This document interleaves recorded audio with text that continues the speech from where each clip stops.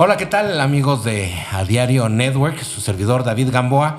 En esta cita que tenemos en ADN, el podcast, en esta ocasión una entrevista, una charla 1-1 con la hoy diputada federal todavía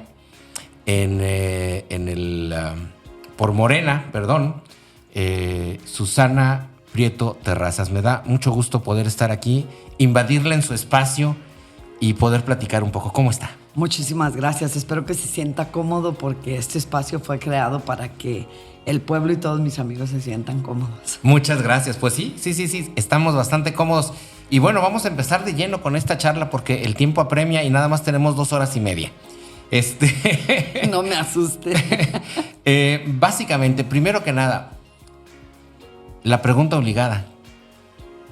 ¿Quién es Susana Prieto Terrazas?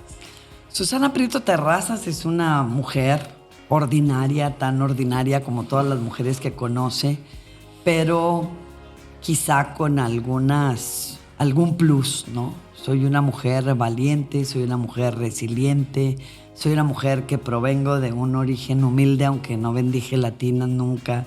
Pues sí vendí burritos y vendí lonches en los hoyos del chamizal y todo aquello de lo que podíamos salir adelante de alguna forma las familias pobres y numéricas en mis tiempos, que soy una mujer ya a punto de cumplir 57 años, ya estoy llegando al 6º piso. Soy madre de 5 hijos, 2 que yo parí, 3 que me regaló la vida y que fueron realmente un regalazo. Soy una mujer felizmente casada hace 21 años. Soy una abogada de pueblo, soy una abogada de barrio, soy una abogada que siempre ha tenido conciencia de clase y ha tenido muy claro que si llegamos a la universidad unos cuantos privilegiados, lo peor que podemos hacer es olvidarnos de la gente de nuestro origen, de los invisibilizados, de los vulnerables, de los sin voz. Y pues por ello decidí desde hace más de 30 años, 37, 38 para ser exacta, convertirme en la abogada de los trabajadores, y por ello me he autodenominado también, por la naturaleza de las iniciativas que he implantado en San Lázaro, como la diputada de las y los trabajadores de México. Tiene con ese eslogan, con ese epígrafe a su nombre, tiene una responsabilidad sustantiva muy grande. Se está echando encima el bienestar laboral de millones y millones de compatriotas.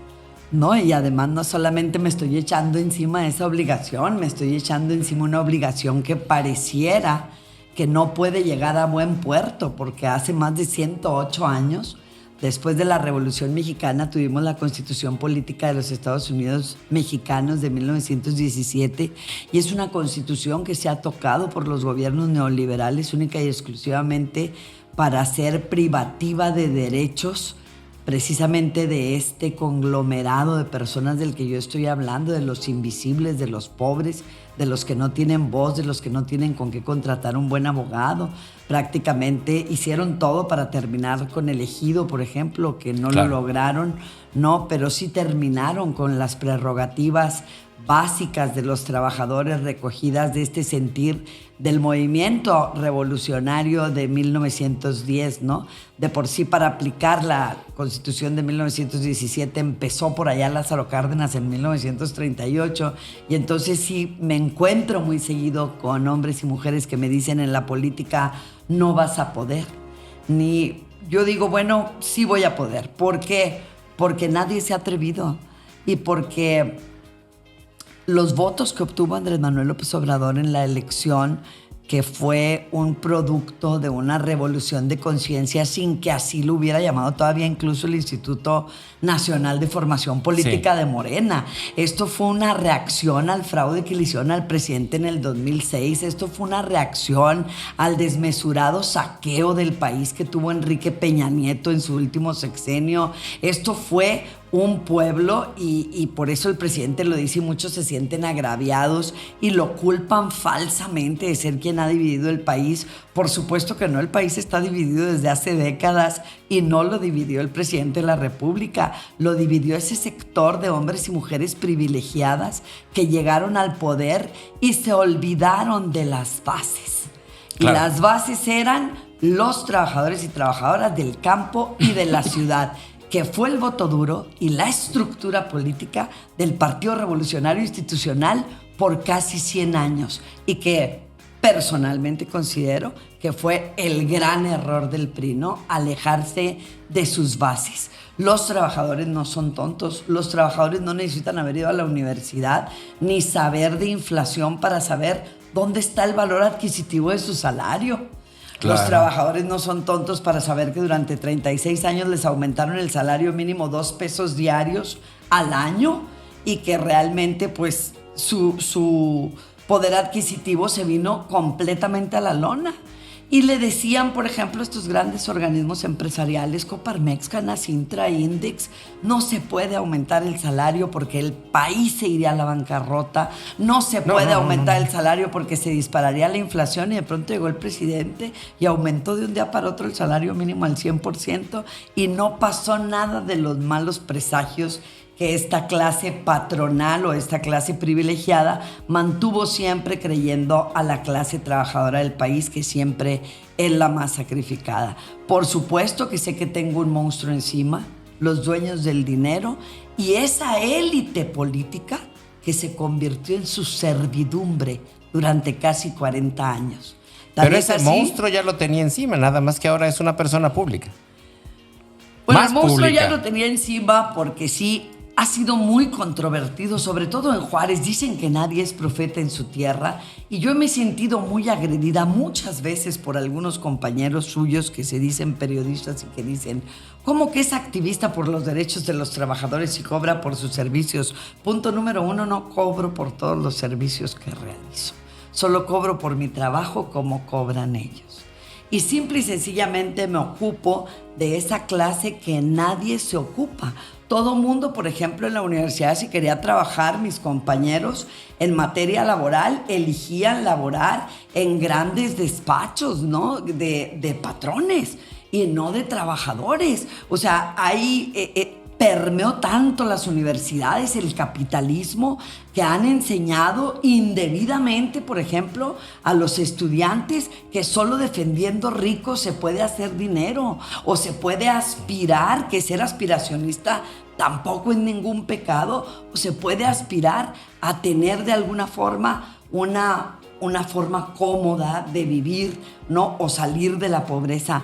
Me parece que ha sido indebida la educación que nos han dado. Esta universidad pública se infiltró de capitalistas desde 1968, desde finales de los 60s y principios de los 70s, que nosotros vimos cómo tantos hombres y mujeres lucharon a escondidas en la Liga 23 de septiembre, en todo esto, y que perdieron la vida y que fueron reprimidos, ¿no? Ahí perdimos la universidad pública como la constructora de grandes líderes de la sociedad, porque los universitarios somos una clase privilegiada. Y eso no está mal, lo que está mal es que llegando a esa clase nos olvidamos del origen, nos olvidamos de los sin voz y nos olvidamos de los vulnerables. Y ahí se amarran muchos temas. De ahí podemos deducir hoy por qué el no a los libros de texto actuales. De ahí podemos decir por qué no a las escuelas normales que se busca abrir en el Estado y siempre hay un rechazo a formadores de maestros de carrera, precisamente para evitar el despertar de las masas. Efectivamente, o sea, por ejemplo, nosotros pudimos ver aquí en Chihuahua declaraciones que para mí dejaron mucho que desear de la gobernadora constitucional del estado de Chihuahua. Yo sé que cada uno tenemos nuestra ideología, pero la Constitución es muy clara.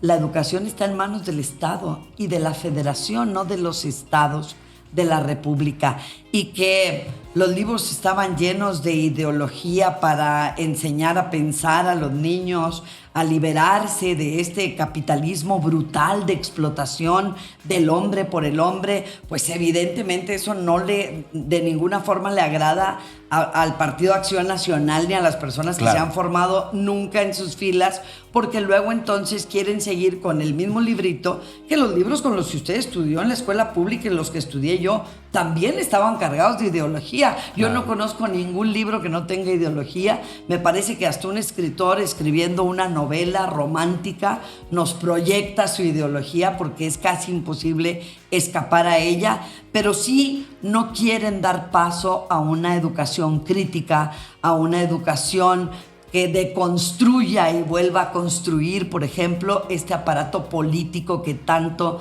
ha dañado a los pobres de México. Y luego fíjese cómo la gente encumbrada, como por ejemplo citando a Ricardo Salinas Pliego, hace poco lo entrevista Adela Micha.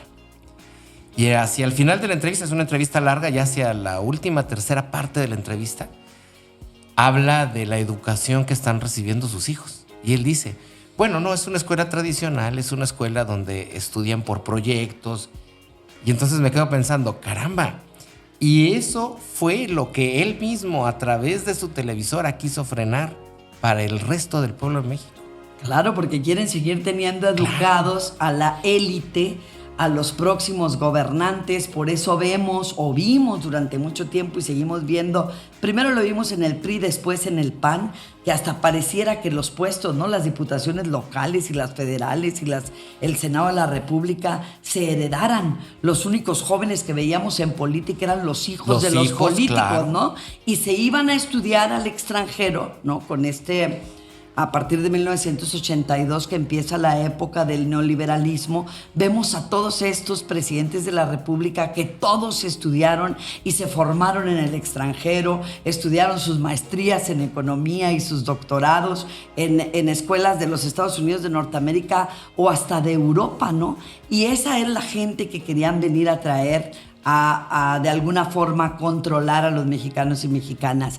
El estudio como se está planteando, o los libros de texto como se están planteando, según he escuchado yo, de expertos, porque nosotros no lo somos, es algo que ha revolucionado o que va a revolucionar al país. Los maestros están contentos y no podían expresarlo, porque había una gran lupa en Chihuahua que estaba viendo, incluso les hicieron exámenes de qué pensaban de los que mandó a hacer Maru, de qué pensaban de los que estaban hechos por el gobierno federal. Y yo platiqué con muchos maestros y decían, teníamos miedo que nos despidieran, porque o estábamos con la ideología del Partido Acción Nacional o de la gobernadora para que siguiera el mismo librito donde vamos por la misma estampita de Benito Juárez y la misma historia de Benito Juárez año tras año durante 100 años, o entonces no era la educación. Porque esta educación, por supuesto, es la que traen los neoliberales al país y es la que, por supuesto, formó todos estos millones de mexicanos y mexicanas que los orillaron a vivir en la pobreza extrema y que viven en altos niveles de depresión, en un desfortunio por completo, sin ninguna ilusión, sin siquiera... Usted se sienta a veces aquí en la Plaza de Armas, yo voy seguido al centro, me pongo mi gorra y voy y me siento ahí enseguida del Tintán, y me gusta observar a los hombres y mujeres que transitan por el centro, con un rostro desencajado, sin esperanza, viendo hacia ninguna parte. No se paran en las vitrinas porque saben que no pueden comprar. ¿A qué se paran? Sus chavitos sin ninguna esperanza, sin ninguna petición, sin ningún anhelo. Así querían que continuáramos. Pero yo estoy muy orgullosa de que por lo menos no sabemos todavía si será la educación perfecta. Yo creo que al igual que las leyes, la educación siempre es perfectible y progresiva, porque las sociedades y los seres humanos cambiamos. Y por supuesto que la educación tendrá que ir evolucionando, y qué bueno que los padres de familia y qué bueno que los maestros no se dejaron ni en Chihuahua ni en Coahuila que fueron los estados más recalcitrantes o más agresivos en el norte del país. ¿Y por qué en el norte del país? ¿Por qué si Aguascalientes también era panista? ¿Por qué si Guanajuato también era panista? ¿Por qué si Yucatán era panista? Ellos no se negaron a la entrega de los libros. Bueno, pues aquí tenemos algo que decirle a nuestra gente, a nuestros trabajadores del campo y de la ciudad, en San Quintín, en Baja California y en las maquilas a lo largo de la franja fronteriza. Aquí está la mayor concentración de esclavos de México al servicio de los Estados Unidos y algunas otras empresas del extranjero. Por eso hubo más resistencia del gobierno del PRI en Coahuila y del gobierno del Partido Acción Nacional en Chihuahua. Es mi muy particular punto de vista y ojalá cada vez seamos más críticos, tanto los maestros, los padres de familia y sobre todo los alumnos que son el futuro de este país. Y no está equivocada, ¿eh? No hace mucho me tocó estar en un evento empresarial. Voy a omitir el nombre. Era una persona empresario a quien yo respetaba mucho. Lo sigo respetando, pero no su ideología. Él precisamente ahí dijo que les interesaba más, precisamente hablando de estos temas, más tener a los empleados dedicados a su producción. No necesitaban saber ciencias, no necesitaban saber incluso matemáticas más allá de las elementales, no necesitaban saber historia, no necesitaban... Y yo me quedaba, ¿es verdad que estoy escuchando lo que esta persona que ha hecho millones y millones de pesos? Así es. Es verdad lo que estoy escuchando. Yo no podía dar crédito, ¿eh? No soy el único. Cuando alguien que me acompañó ahí vea este episodio del podcast con usted, seguramente dará fe y se acordará de ese episodio porque nos quedamos fríos. Lo dijo públicamente en una mesa con 10 personas en un centro conocido como Cibeles, en un evento empresarial. Y yo, caramba. Pero fíjese usted, por ejemplo, cuáles son los argumentos ahorita en el Parlamento Abierto, en la Cámara de Diputados, que estamos analizando mi propuesta de reforma constitucional de reducción de la jornada laboral de 48 a 40 horas. Lo que alegan es que en México no hay productividad porque no hay educación. Ellos no quieren mexicanos y mexicanas educadas, pero tampoco quieren trabajadores certificados. Usted cruza el charco aquí, nosotros no nos pueden engañar tan fácilmente como a la gente del sur. Usted cruza el charco aquí a la ciudad del Paso, Texas, y yo tengo hermanos que no fueron a la universidad y ganan más dinero que yo. Son electricistas porque tienen certificaciones.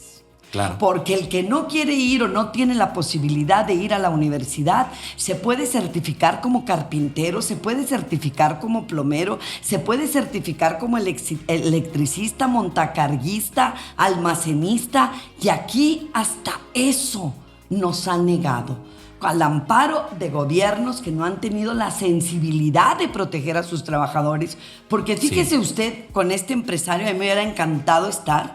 Aquí hay, por ejemplo, trabajadores que leen diagramas computacionales para armar arneses de vehículos automotores.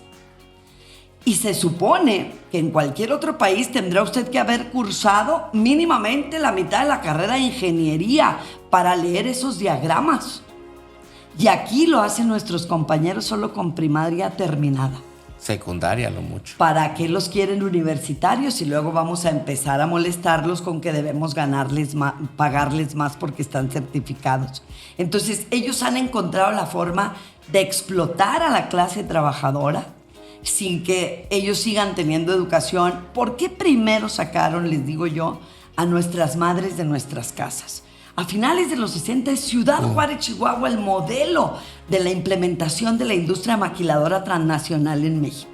Y sacaron a nuestras madres con el cuento de que la mano de obra de la mujer era mucho mejor que la del hombre, por delicada, por rápida, por efectiva. Y nos sacaron a nuestras madres de nuestras casas, y entonces hubo un momento incluso en el que había por encima del 60% de mujeres trabajando en la maquila y abajo del 40% los hombres.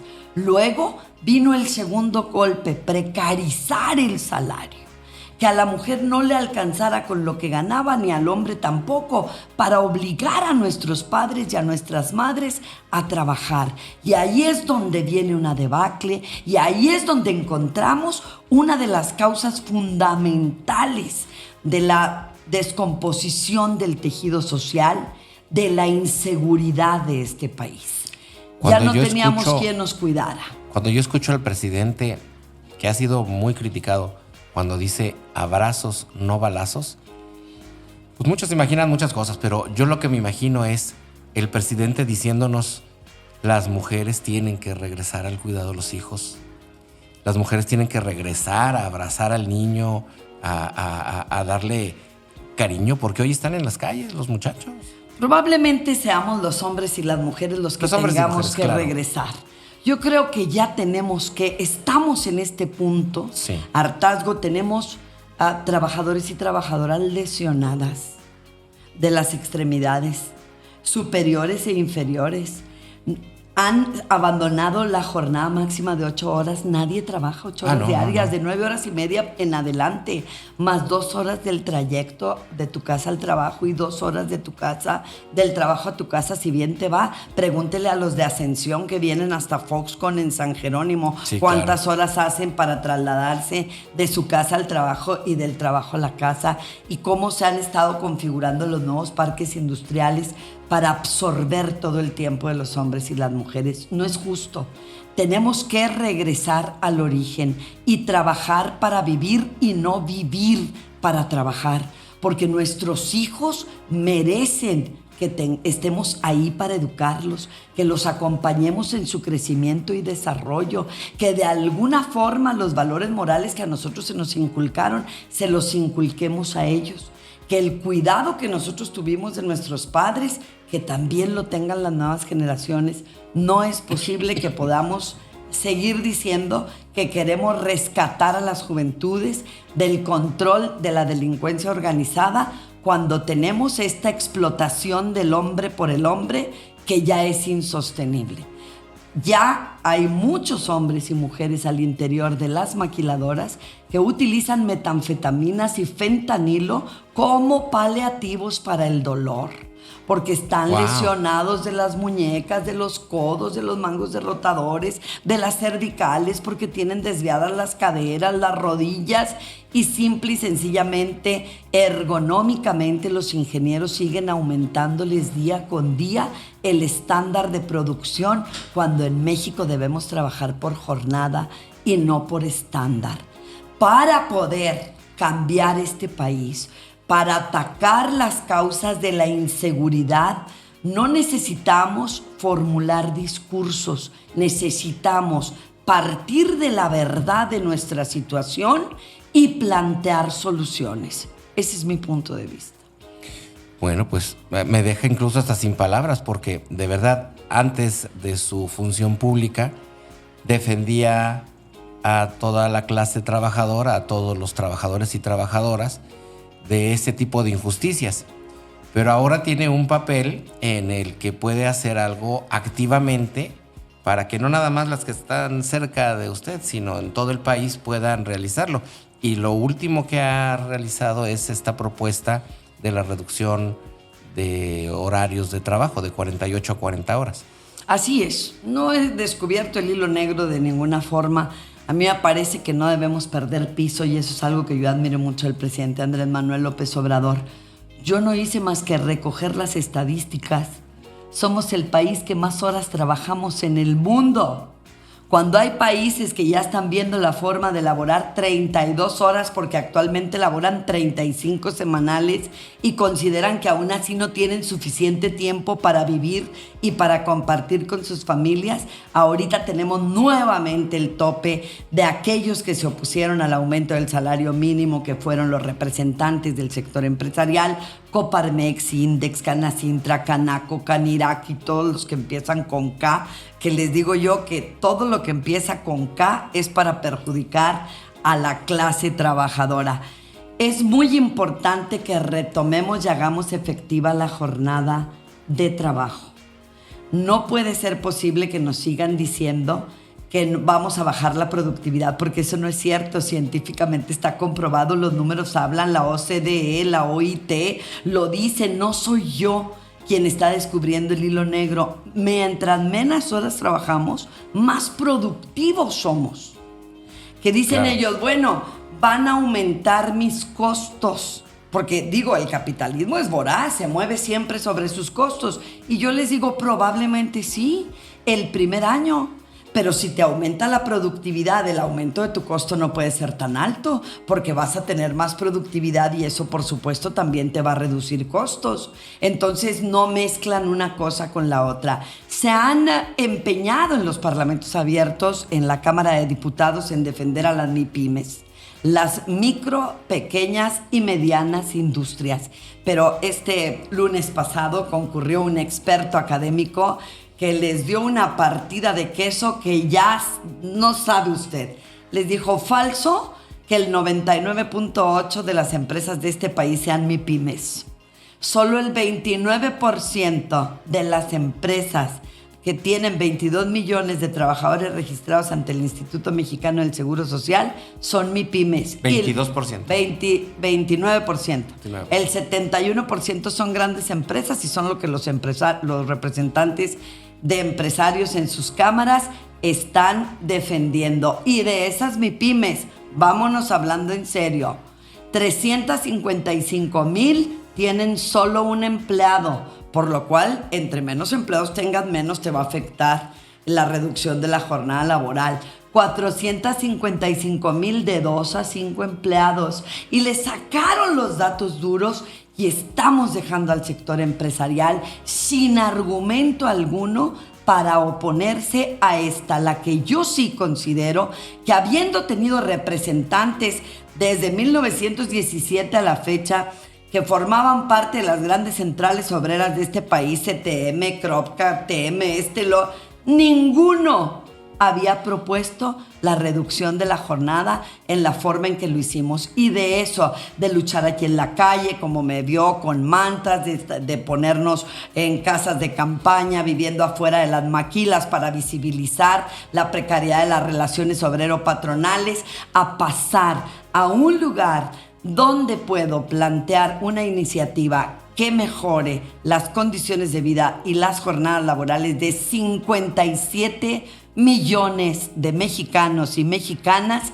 Creo que sí es mucho lo que se puede hacer desde la política, siempre y cuando se tenga conciencia de clase y se tenga muy claro el país que queremos ser. Mientras en un país no haya justicia, no va a haber paz. Y en este país no hay justicia. Vamos empezando por lo primero. ¿Le ha dicho algún empresario de cerca, de persona a persona, algo al respecto de esta propuesta? Me dijo un gerente de planta de una empresa que produce llantas en el país, también es transnacional, dice, ustedes deben de pensar más en esto, porque yo tengo 22,000 trabajadores en la República Mexicana para sacar los contratos que tengo, las obligaciones de producción que tengo, pero laboran 48 horas semanales. Si tú reduces la jornada semanal a 40 horas, necesitaré 26,000, es decir, 4,000 más. Y te voy a decir algo, no me importa lo que tengo que pagar por los 4,000. Mi problema, señora, es que no hay mano de obra en este país. Y le contesté, mire usted, señor, si me permite a mí lanzar la convocatoria de esas 4,000 personas que usted necesita, en menos de medio día se las recluto. Pero sus políticas de recursos humanos discriminatorias no las voy a usar. Le voy a dar trabajo a diabéticos, a hipertensos, a hombres y mujeres de 35 años y más, hasta los 60 si no están pensionados. Les vamos a dar trabajo a hombres y mujeres con antecedentes penales o no, porque si usted tiene un antecedente penal significa que usted ya resarció ese daño que le causó a la sociedad con su pena, ya sea de sanción administrativa o privativa de la libertad. Le vamos a dar trabajo a los obesos, le vamos a dar trabajo a las madres solteras, y cuando usted elimine todas estas restricciones que tiene de discriminación, también vamos a darle a las personas con alguna discapacidad en algún porcentaje empleo, y también a pensionados que están en pleno uso de sus facultades mentales y físicas porque se conservan muy bien. En menos de medio día le contrato yo a sus 4,000 personas. Así que yo creo que cuando tenemos que hablar de verdades, tenemos que hablar en todos los sentidos. El hombre se dio la media vuelta y se fue indignado. Porque aquí, eso sí, hacemos muchas leyes, pero no nos encargamos de que se cumplan. El siguiente paso es entonces esa ley contra la discriminación laboral. Ya está, y es constitucional. El problema es que no, es muy difícil que una autoridad tenga el control. Cuando usted va y pide, por ejemplo, trabajo a una maquila, llega, ya hace línea desde las 5 de la mañana y lo primero que le quitan es el teléfono. ¿Cómo prueba usted que el departamento médico de esa maquila lo hizo orinar? Y déjeme le digo otra cosa, orinar en un vasito y con la puerta abierta mientras lo estaba viendo la enfermera para que no adultere el examen de orina por si sale positivo al uso de alguna droga. Eso no es impedimento para contratar tampoco a nadie para que trabaje. Imagínese si tenemos tantos adictos y empiezan a negarles el trabajo. Eso sí, la maquila cuando necesita mano de obra urgente, les vale, ni examen de orina. A adictos, hipertensos, todos entren, nomás sale el examen para que cuando complete este contrato y tenga que despedirlo, hacer antidoping, porque cuando hacen el dopaje le dicen saliste positivo, me firman la renuncia o le hablo a la patrulla. Y el nivel de educación de nuestros trabajadores es tan bajo que creen que está prohibido ser adicto a alguna sustancia psicotrópico, enervante, y trabajar en algún lugar, y eso es completamente falso. Entonces, la maquila sí contrata adictos cuando le conviene, cuando necesita mano de obra a costa de lo que sea, pero los tiene plenamente identificados, y también cuando los quiere despedir, hace sus exámenes de dopaje para ahorrarse el pago de las indemnizaciones de esos trabajadores. Son diablos y muy diablos. Dios santo, pues esto es un monstruo de mil cabezas. ¿Le va a alcanzar el tiempo? No, es muy complicado el proceso legislativo. Yo creo que he leído en algunos medios informativos nacionales y locales que luego para evaluar a los legisladores, ya sea diputados o senadores, van a la Gaceta Parlamentaria y analizan cuántas iniciativas hemos presentado. Sí. Y luego dicen, fulanita presentó 89. Pues yo conozco unos que se las plagian, oiga, que ya hasta existen, que ya estaban ahí, que nada más fueron y las agarraron y le cambiaron el nombre del diputado. Y ay, sí, ¿cuántas presentaste? Si en 3 años un diputado logra o diputada que pase 1 o 2 y se convierta en ley, es demasiado. Esta iniciativa que yo tengo para reformar la Constitución ya pasó la comisión, ya no es iniciativa, es dictamen, porque pasó la Comisión de Puntos Constitucionales. Todas las facciones parlamentarias votaron a favor de la iniciativa, a excepción del Partido Acción Nacional. Okay. Pero no lo necesitamos las 2/3 partes. Estamos abriendo el Parlamento abierto para que la Suprema Corte, si el PAN se ampara, no nos lo regrese diciendo que no se discutió y socializó lo suficiente la iniciativa. Pero ya somos dictamen. Está en la mesa directiva de la Cámara de Diputados. Ahora, después del 13 de noviembre, vamos a hacer lo necesario para que pase al Pleno de la Cámara de Diputados. Necesita 2/3 partes de los diputados y luego pasa a la Cámara de Senadores, necesita 2/3 partes de los senadores y la mayoría de las legislaturas de 17 estados de la República. Es el constituyente. el único que puede modificar la Constitución. Pareciera que es imposible lograr esa reforma, pero yo le digo a los trabajadores y trabajadoras de este país lo que les vengo diciendo desde octubre del 2022 que la planteé. Sigan insistiendo. Pongan en sus redes sociales a levantarse y antes de acostarse, #yo por las 40 horas. Ya somos virales, ya llegamos al presidente de la República, ya somos tendencia en redes sociales y ustedes están apoyando esto y Morena lo puede lograr porque gobernamos 24 estados y sí tenemos más de 17 congresos locales con mayoría morenista. No pierdan la fe. Una golondrina no hace verano. Yo solita no soy nadie, pero con el pueblo de México lo vamos a lograr. Yo por las 40 horas. No, pues yo también. Ya me convenció. Si tenía alguna duda, ya estuvo. Ya. No me voy a hacer manita de puerco aquí también. No se crea. Oiga, pasa este año. ¿DVD? ¿O hasta el siguiente? No, DVD. Este año debe pasar. Y en la Cámara de Senadores... ¿no hay voto en contra en casa? No hay voto en contra en casa. Bueno, esperemos que Espino no vote en contra, ¿verdad? Por eso porque lo pregunto. Ha votado en contra todo lo último. Y Rojas también, los suplentes ahora de Monreal y precisamente del presidente Cruz Pérez Cuellar han estado votando en contra, pero nosotros esperamos que no, porque la presión que está ejerciendo el pueblo de México, los trabajadores y trabajadoras, no tienen idea de la importancia que ha tomado en las cámaras, tanto en la baja como en la alta. Sí le puedo decir que de las últimas 2 semanas, la nota que más ha sido leída ha sido precisamente la de 40 horas. La nota que publicamos en ADN es precisamente su propuesta. Muchas gracias, pues qué bueno, ojalá y lo sigan difundiendo. Pues ahí no fui yo, la gente agarró la nota y se ha compartido y se ha compartido y se ha compartido y ahí va, es de las más leídas en las Así es, somos tendencia, así es de que síganle también youtuberos en el YouTube, en el Facebook, en el Twitter, en todo ha sido tendencia, así es de que sigan, no paren hasta que les digamos ya se reformó la Constitución y salió publicada en el Diario Oficial de la Federación. Y brincándonos hacia el futuro, ¿viene alguna otra propuesta? ¿De reforma? ¿De reforma?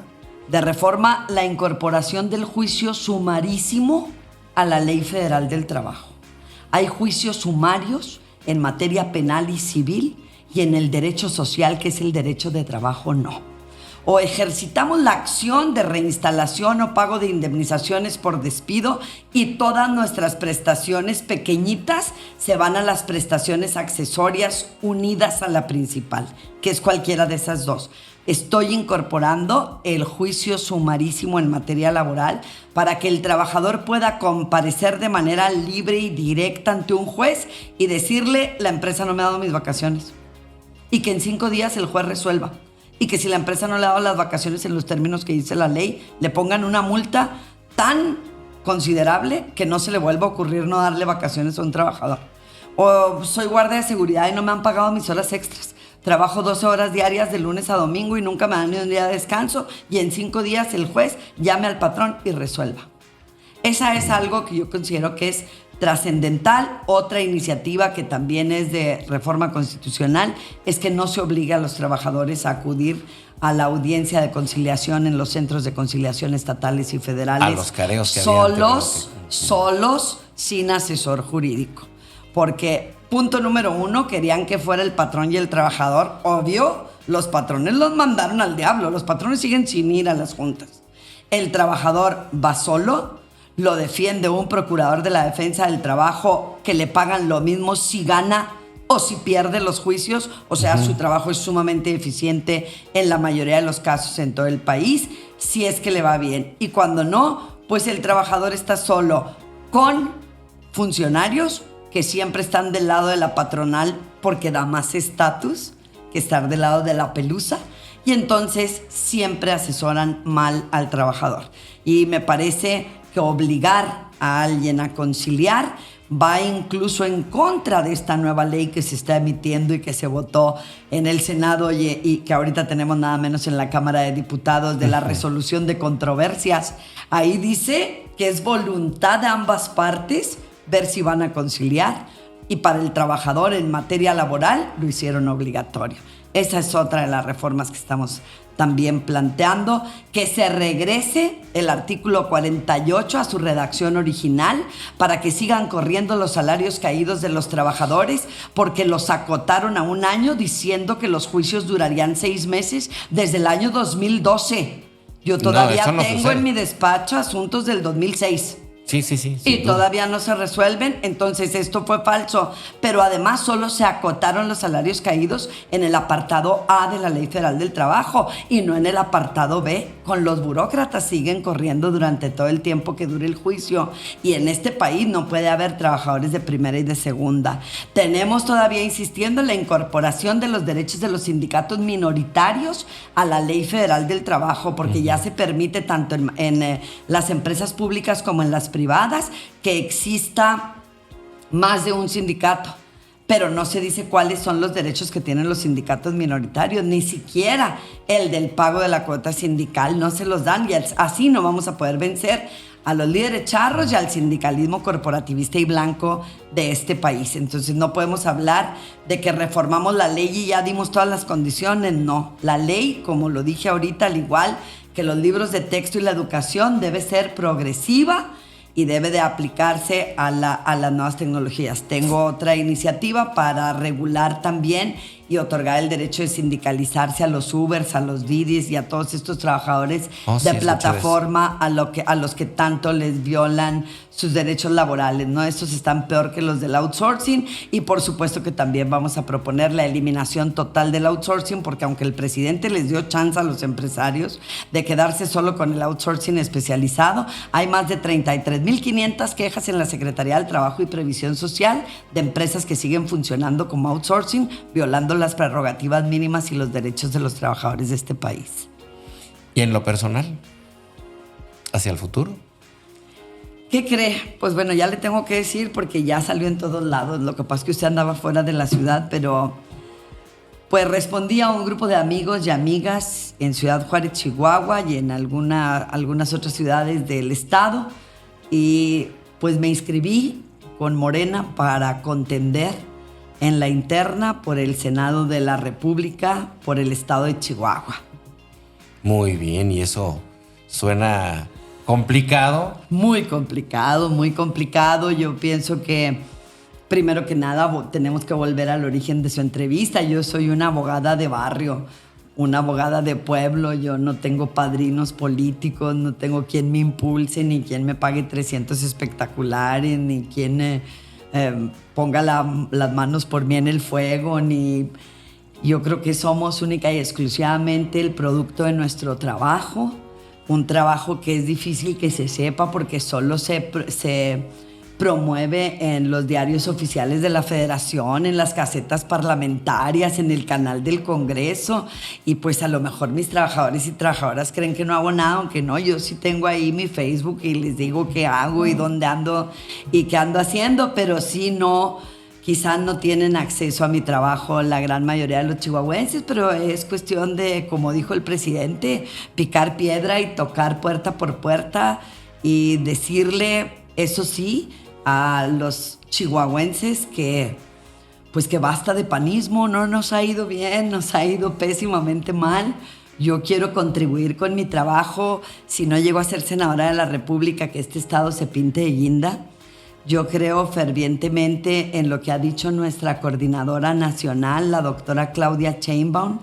Le entré porque dijo que se iba a respetar el resultado de las encuestas, que íbamos para poder concretar el plan C del presidente de la República, que estriba en que no solo voten por el candidato o candidata a presidenta de la República de Morena, sino por todos sus diputados locales, diputados federales, senadores, presidentes municipales. En eso estriba el plan C al que nos convoca el presidente, y nuestra coordinadora dijo: queremos los mejores hombres y mujeres para no defraudar al pueblo de México, para que cuando ellos efectivamente a solicitud del presidente voten por todos nuestros candidatos, tengan la certeza de que van a votar por los mejores hombres y mujeres. Entonces, en esas condiciones me inscribí porque el pueblo de Chihuahua manda lo que ellos quieran, eso será lo que será.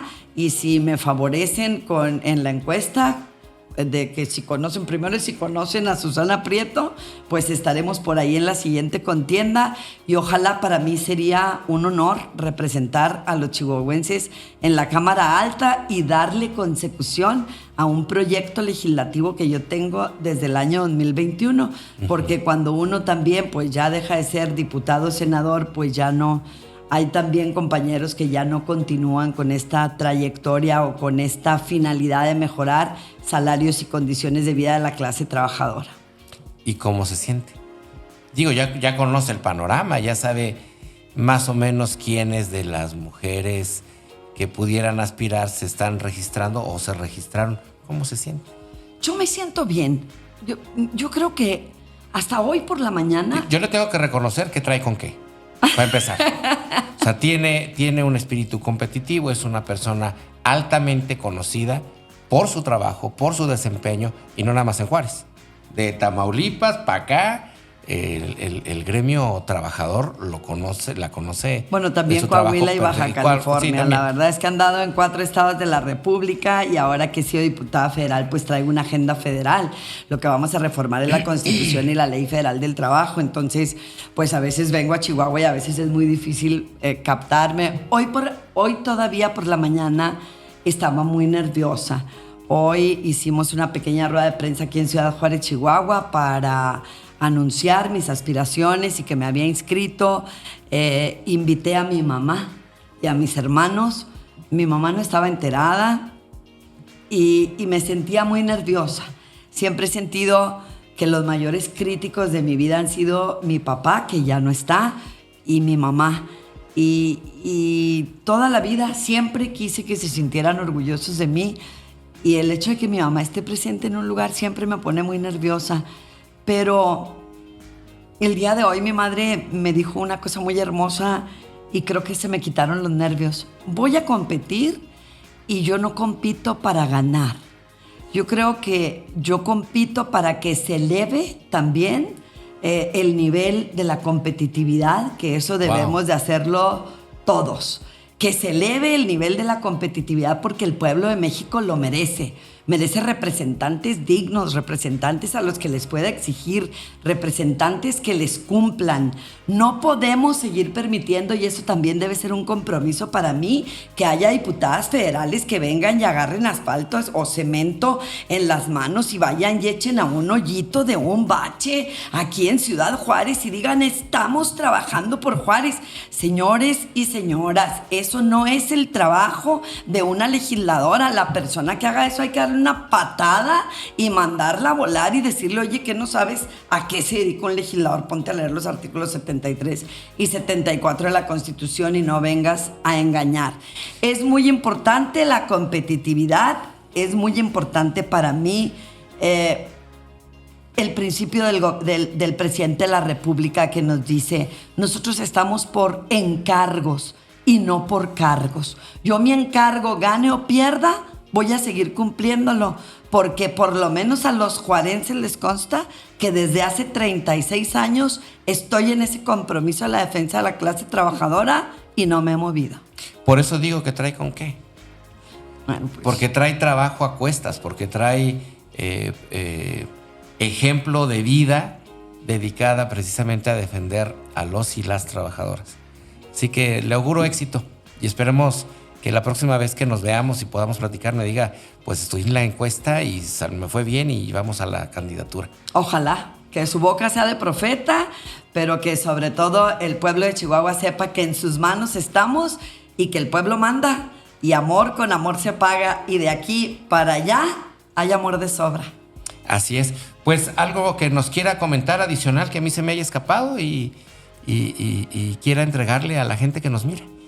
Pues bueno, ahorita nada más decirle a la gente que nos ve que si ya se había olvidado de Susana Prieto, vuelva a contemplarla en su día a día, que hable de Susana Prieto con sus hijos, con sus amigos, con sus vecinos, con sus empleados. Susana Prieto, la que fue locutora, Susana Prieto, la que trabajó en la televisión, Susana Prieto, la defensora de obreros, Susana Prieto, la que fue perseguida política de Francisco Javier García Cabeza de Vaca, que la metió a la cárcel en Tamaulipas, a la que quiso meter a la cárcel Javier Corral, todo por defender trabajadores. Susana Prieto es su servidora, estando dentro de la política y fuera de la política, porque como activista en defensa de los derechos de los trabajadores y trabajadoras, me quiero morir.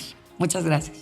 Al contrario, pues ya lo escuchó usted allá y le agradecemos mucho el favor de ver todo este episodio completo.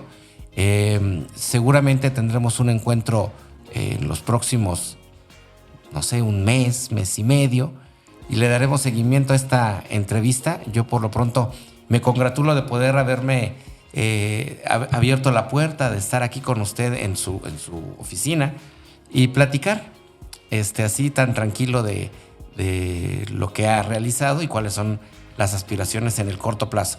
Le auguro éxito. Muchas gracias. Para mí su trayectoria también es bastante certera. Para mí su trayectoria, para mí que me entreviste usted es un plus.